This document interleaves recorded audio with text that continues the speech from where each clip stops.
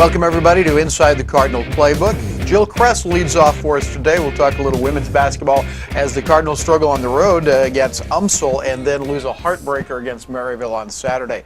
Which one do you want to start with? You threw that struggle in really quickly, so I appreciate that, Rick. Well, actually we'll start with the UMSL. Okay.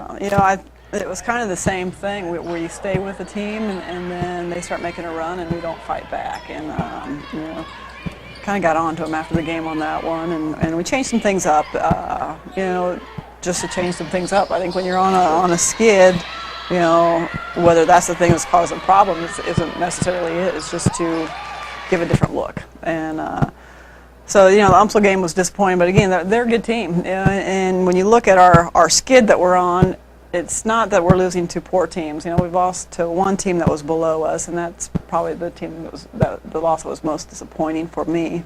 But then the teams that we've lost to are all really good teams.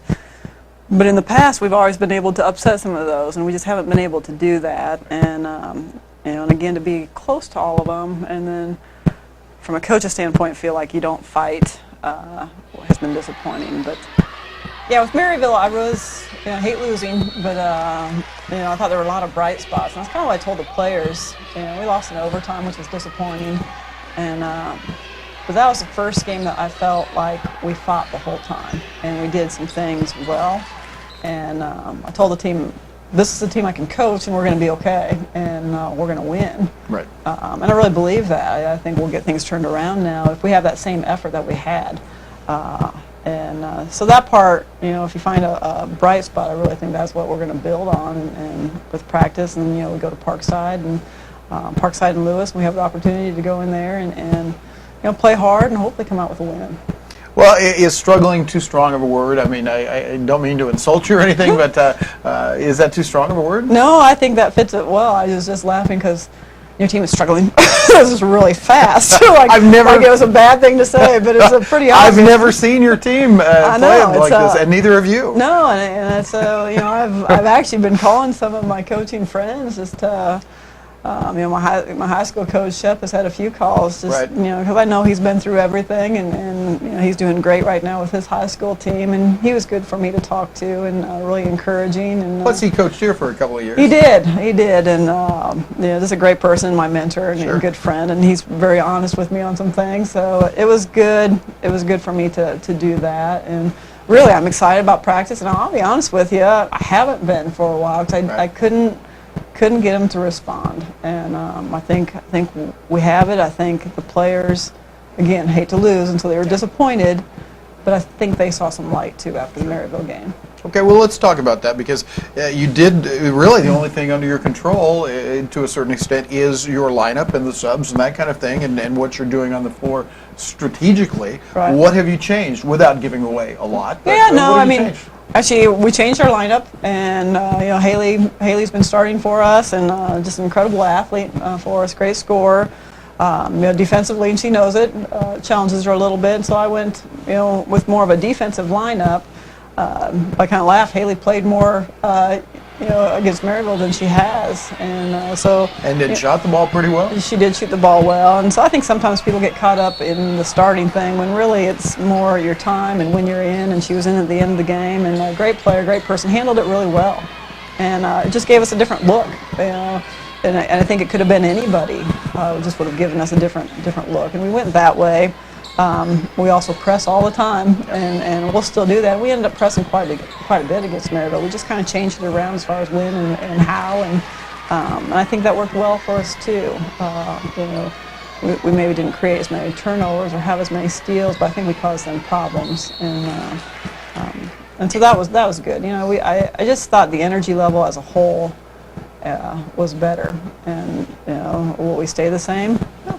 Yeah. We may. Yeah, I don't know. Probably will, and keep going that way and keep building on there. And if we need to change some things on the way, we can. But what I told the players is that kind of effort gives Coach Broad and I a chance to coach, because unless you have everybody playing hard, it's hard to tell where the problems are. And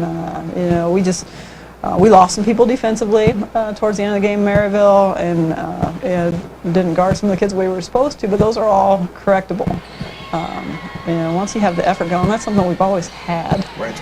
And and some of these kids are new and kind of getting everybody into it. I'm not sure if they realize the effort that I expect and the effort that we need to have to be able to compete at Division II level and maybe GWC. Let's talk about the Maryville game, and at the very end of the game, in regulation, when Chelsea was able to hit the three-pointer to tie it. Can you go through that a little bit? Well, I was kind of laughing because we called a sideline play for a three, and some of those kids had never run in those positions, and so I'm sitting down and Coach Broadness, we're getting ready, and they don't know what they're doing, but they got it figured out well enough. And Chelsea's such a competitor. I mean, she's going to figure out a way, and she got the shot off and made it, and so it made us look good. But the second, in overtime, when they fouled her, and before she got the shot. Right. Well, wasn't there a delay of game warning or something? Gave you a couple of additional seconds to set up? Yeah, there was, and part of it was because we had no idea where they were going. I changed the play, and so they were walking out, and they were kind of walking out slow because they were trying to figure it out. But yeah, when the official came over, we had enough time to get people in the right spots and kind of give them an idea. So it actually worked to our advantage to have the delay there too. In overtime, I think you were down by 6 points 2 different times. Got down early by 6, came back,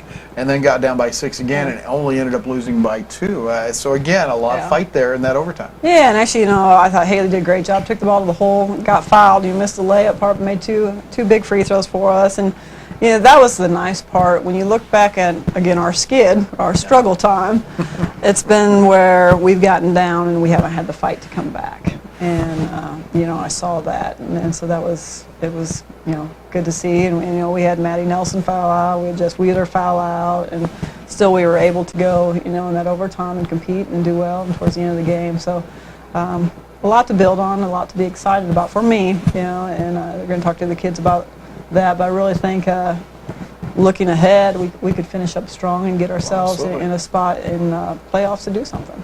Competing strongly. Wisconsin Parkside, Thursday night, Lewis on Saturday. Right. Quickly, what do you know about them? Parkside is a team that was really good last year. They've got the Maryville assistant coach is now their head coach. They've struggled, but they also beat Lewis, who is in the top of the conference. They just beat Indianapolis 111 to 105 in triple overtime. So they're kind of a scary team. They kind of try to slow you down a little bit and lull you to sleep, and that'll be something that we're going to have to work on and make sure we can kind of get them in our pace. And then Lewis is Lewis. They're very, very good. They run the floor so well. That was last year. The only game we really had to pull off our press was against Lewis because we couldn't press them. They got the ball in so quick. So I'm kind of a one game at a time. We're really focusing on Parkside and hopefully get things turned around there and be able to build on that. And then for me, it'd be great to be able to get Parkside and then to go beat the top team in the conference. I just think that would say a lot for our team. Well, if anybody can get it done, I know you can. So we'll look forward to that. And we'll be back with head coach Larry Holly when Inside the Cardinal Playbook continues. I really love the Hy-Vee Fuel Saver program because there's no limit to what you can buy. I work on Monday nights, so we make sure I pick up a pizza. They're usually a 5 to 15 cent fuel saver. It's an easy discount and an easy meal for the kids. The most I've saved with gas was $2.08 a gallon. When I saw how much it was, I kind of did a little dance up and down. I took a picture, of course, of what I saved, and then I sent it to my husband, who then posted on Facebook that I went back in time and saved money on gas today. Tanner's is new to Liberty, just south of the Highway 152 and I-35 intersection. They're open Sunday through Tuesday from 11 a.m. until midnight and Wednesday through Saturday from 11 until 1:30 a.m. Come in any day for food specials in the spacious dining area. Happy hour specials are served from 2 spots in the building, and the service is fast and friendly.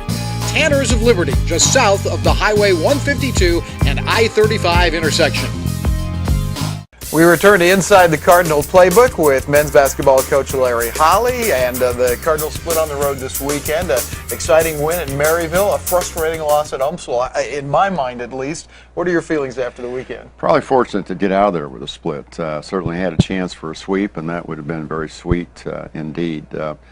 Had our moments, played very well at Umsel for the most part until the last couple minutes. But very proud that we came back and competed against Maryville. We had not won in that gym for 4 years, and I said this to Devontae Bell, our only senior, who is from St. Louis, from Clayton. He had never won in that gym. And so I'm happy for him, happy for us. Made some big free throws down the stretch. Jordan Lewis coming off the bench and doing that. He got us off to a great start. Kyle Smith did some stuff in the middle with 3 big threes like he did at UMSL, and had a double-double out of McCullough and almost a double-double out of Mosby. Sistrunk had another good floor game. It was really a good game. Maryville's a very good team. You know, they're just ahead of us in the standings, so it was good to get a win. Boy, where do we start? I guess just randomly I'll pick Kyle Smith. He comes off the bench against UMSL, hits 3 3-pointers in about a 5-minute span, really gives you a spark. Does kind of the same thing against Maryville.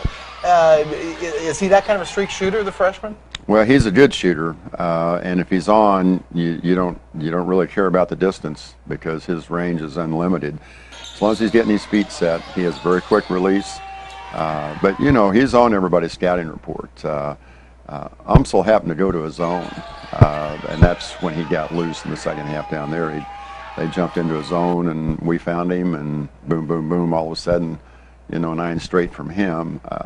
And then he got loose for 3 big threes against Maryville in the second half, and put us in a position to win at UMSL. We didn't finish the deal, and put us in a position to win at Maryville, and we did finish the deal. So he's been a key player for us off the bench.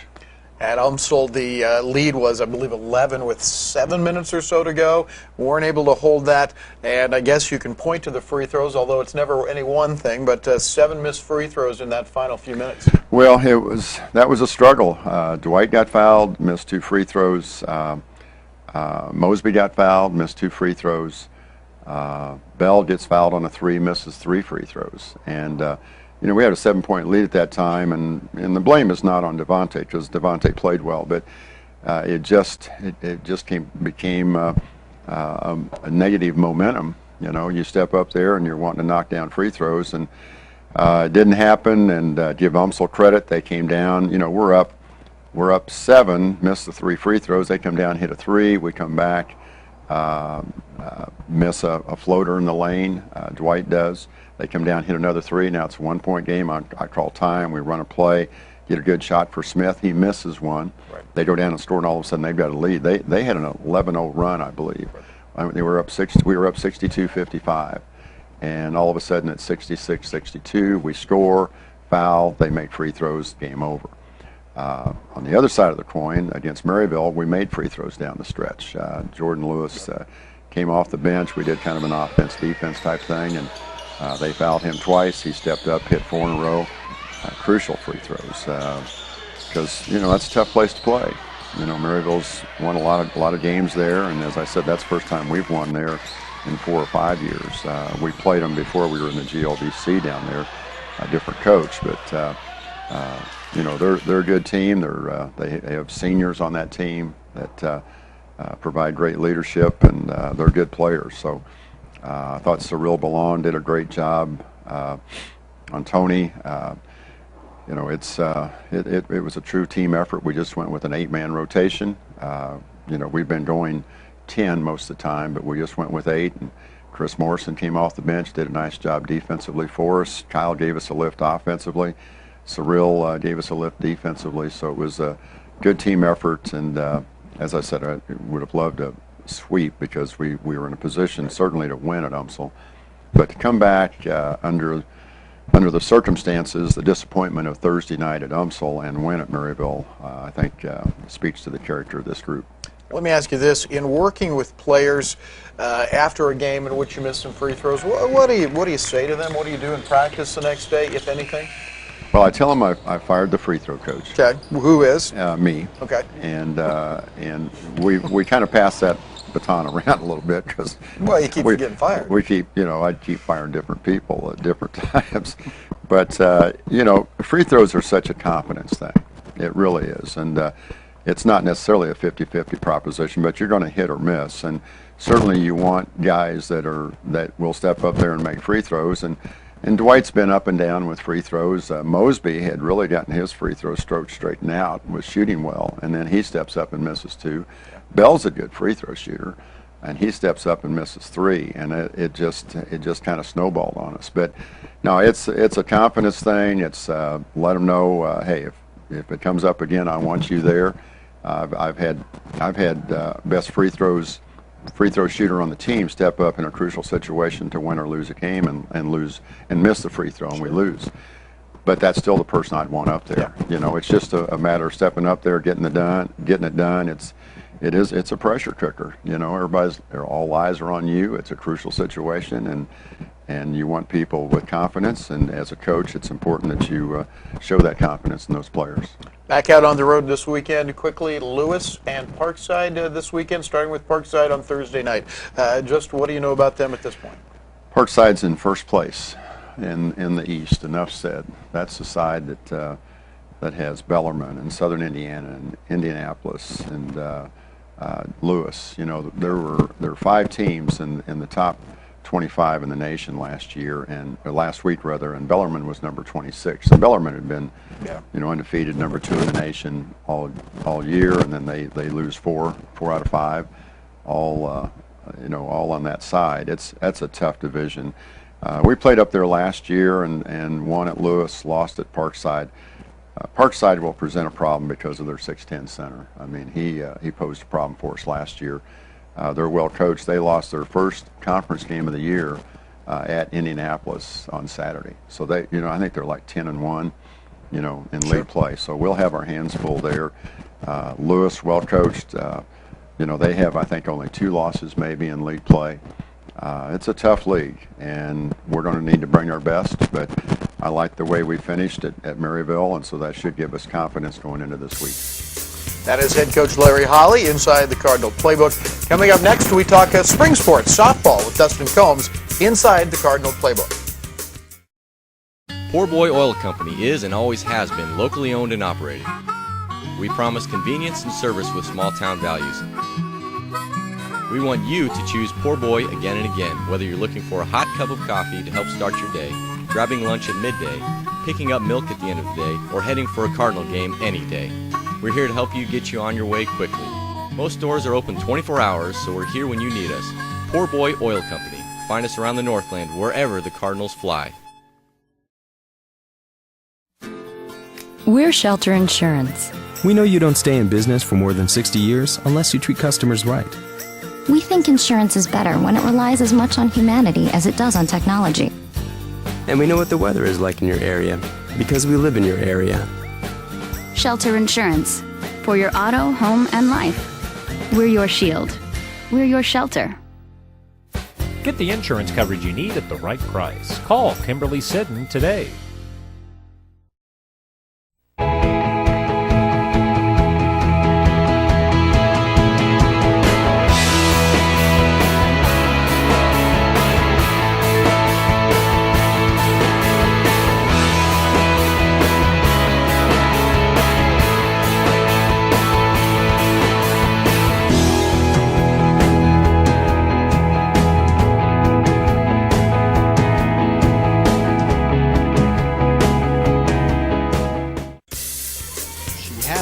Obviously does have power the other way, but you don't see her go that way. She goes up the middle quite a bit, or to left, and that one way gone. 4-3.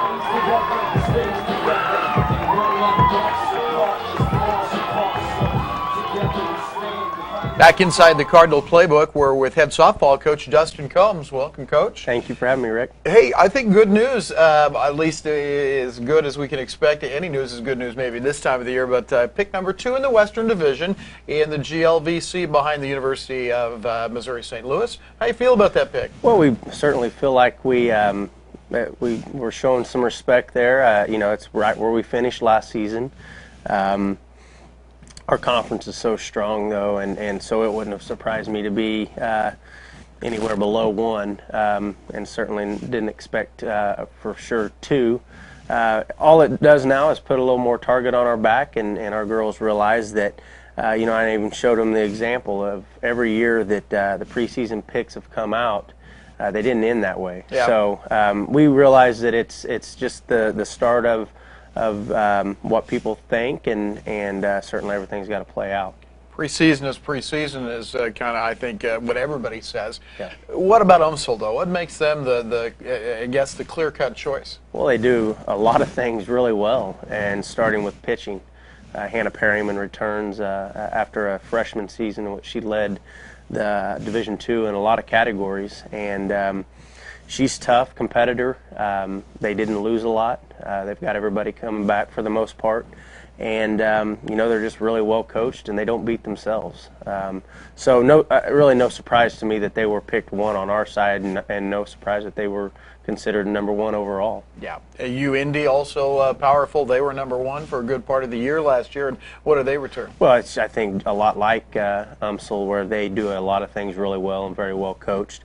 They do lose a pitcher, DeMott, but they also return Morgan Foley, who is as good as anyone in our conference, and she's just going to be a sophomore as well. So our conference is really loaded with pitching and young pitching.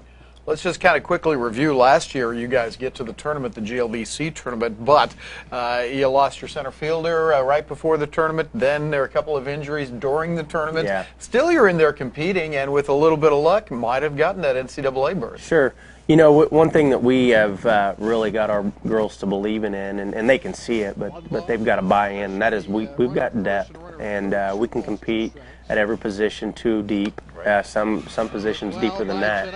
And so when we were forced with that adversity in the postseason with the injuries, we had girls step up and were ready to play. They'd had a lot of innings throughout the season, and so they were prepared, and we really didn't feel like we were set back that much. We just knew that we had to make a few adjustments, and some people were going to have to step up in different positions. And but we certainly saw some adversity there, and at a time of year where we were really playing well and rolling, and good chemistry, and I think that again, our body of work probably should have been enough to get into that postseason bid.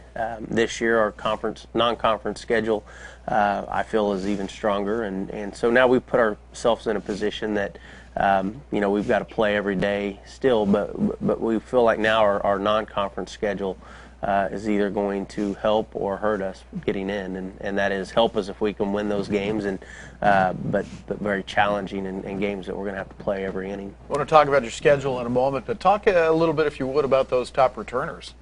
Yeah, we come in a situation where we return a good majority of the girls that were doing the work last year. In fact, just losing 2 players from last year's team, and in addition to 6 new girls. But Rachel Hayden, a senior, returns in the circle after coming off her best career year in the circle. Was a first-team All-Conference, first-team All-Region, and our very first ever that I know of All-American selection as an honorable mention. But again, in just our second year in Division II, we felt like that was something to really celebrate. She also is our 3-hole hitter. She is all around a player that gives us a lot of flexibility in the way we can use her in the infield, the outfield. Of course, she's going to be looked upon to be our number 1 this year in the circle, and then again hitting the 3-hole. Faith Song returns, our 4-hole hitter, and our pitcher that we will start use a lot. So our pitchers that will see a lot of the innings also are 3-4-hole hitters. So we expect a lot from those 2. Both offensively and defensively. And Faith is another girl that we can utilize at shortstop. We've played her at second base. She can play the outfield. She's a player that if we said we needed to do this, she's going to do that. And in fact, she stepped in last year in the conference tournament when we had a player go down and play third base, a position she had not played for us. But again, that just shows her willingness to do whatever it takes to help the team. Another senior, Brittany Matson, our second baseman, 5-hole hitter. So we return our top 6 hitters in the lineup, and they're in the middle with Rachel, Brittany, and Faith with some power. Brittany led us in home runs last season. Was a first team GLVC. strong defensive player and someone who we look to really drive in some runs. And then another senior, Ashley Barrett, our leadoff hitter, who was injured last year towards the end of the season, returns. She's in great shape. She's got a great attitude. She's a team leader. You know, the girls look to her to lead us in every way possible. We look for her to kind of pick up where she left off, and I really feel like through her program to get her back healthy and rehab, she's gotten stronger, and I feel like has a potential to hit for some more pop this season. Kind of anchors the outfield, a great team leader, again, someone who we kind of let run the outfield with positioning and just her knowledge of the game. You know, I could go on and on about who we returned. Rachel Potvin is our other outfielder who was a first-team all-conference player, led our team in average with just over 400, which it'd been a long time since we'd had a player hit over 400 for us. Led our teams in stolen bases. Was actually in the top 5 offensively in the conference with average. And so, again, an outfielder with great speed and just does a lot of good things for us. Quickly, you talked about the non-conference schedule. You start on February 14th, Friday, I believe, against Nebraska Kearney. Just quickly mention some of your other non-conference opponents. Well, in that weekend, we'll play 5 MIAA schools.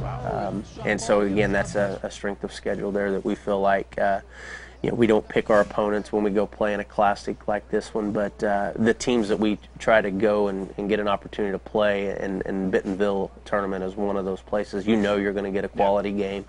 We'll play Missouri Western, who was picked second in the MIAA behind the defending national champion, UCO. We'll play Pitt State, Missouri Southern, UCM, and then University of Arkansas Monticello. In that first weekend. So right off the gates, we're going to have to play well. We won't see the field again until we play. With the snow anticipated for tomorrow, we've got an inch on our field now. We won't see dirt again until we play. So we've got that challenge, as do a lot of teams in this area. But we will have had to do as much as we can indoors between now and that first game. That is Dustin Combs inside the Cardinal Playbook, and again picked second in the Western Division of the GLVC. Back with a final comment in a moment. Hi, I'm Rachel Callaghy, Head Connections Specialist with Welcome Opportunities, the Northland's only target marketing firm that specializes in turning the thousands of new residents who move to our area each year into your customers. We are the advertising option that's never turned off, torn up, or tossed out. At least not yet, anyway. So if you're looking for the most cost-effective way to reach prospective customers before your competitors, give me a call today at 816-883-8633 or visit my website at welcomeopportunities.com.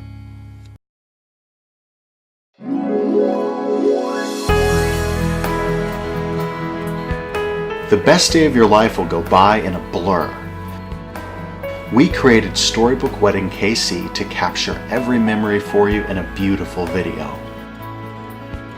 Relive each moment in a way photographs can't do alone. You will hear the emotion in his voice as he promises to love you forever. See the way your beautiful dress flows as you walk down the aisle and dance at your reception. Listen to your loved ones share their best memories of you or heartfelt advice that you will cherish years from now when they are gone. Feel like a celebrity as Storybook Wedding KC films your best moments to be shared and treasured forever.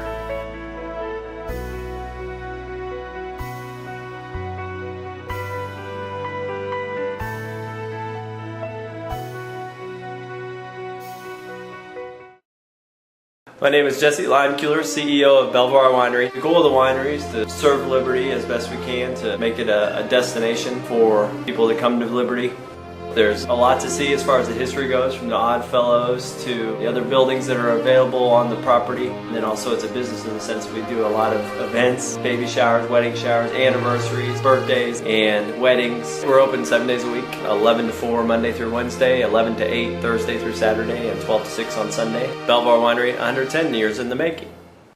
Thanks for joining us inside the Cardinal Playbook, and thanks to our head coaches, Larry Holly, Jill Kress, and softball's Dustin Combs.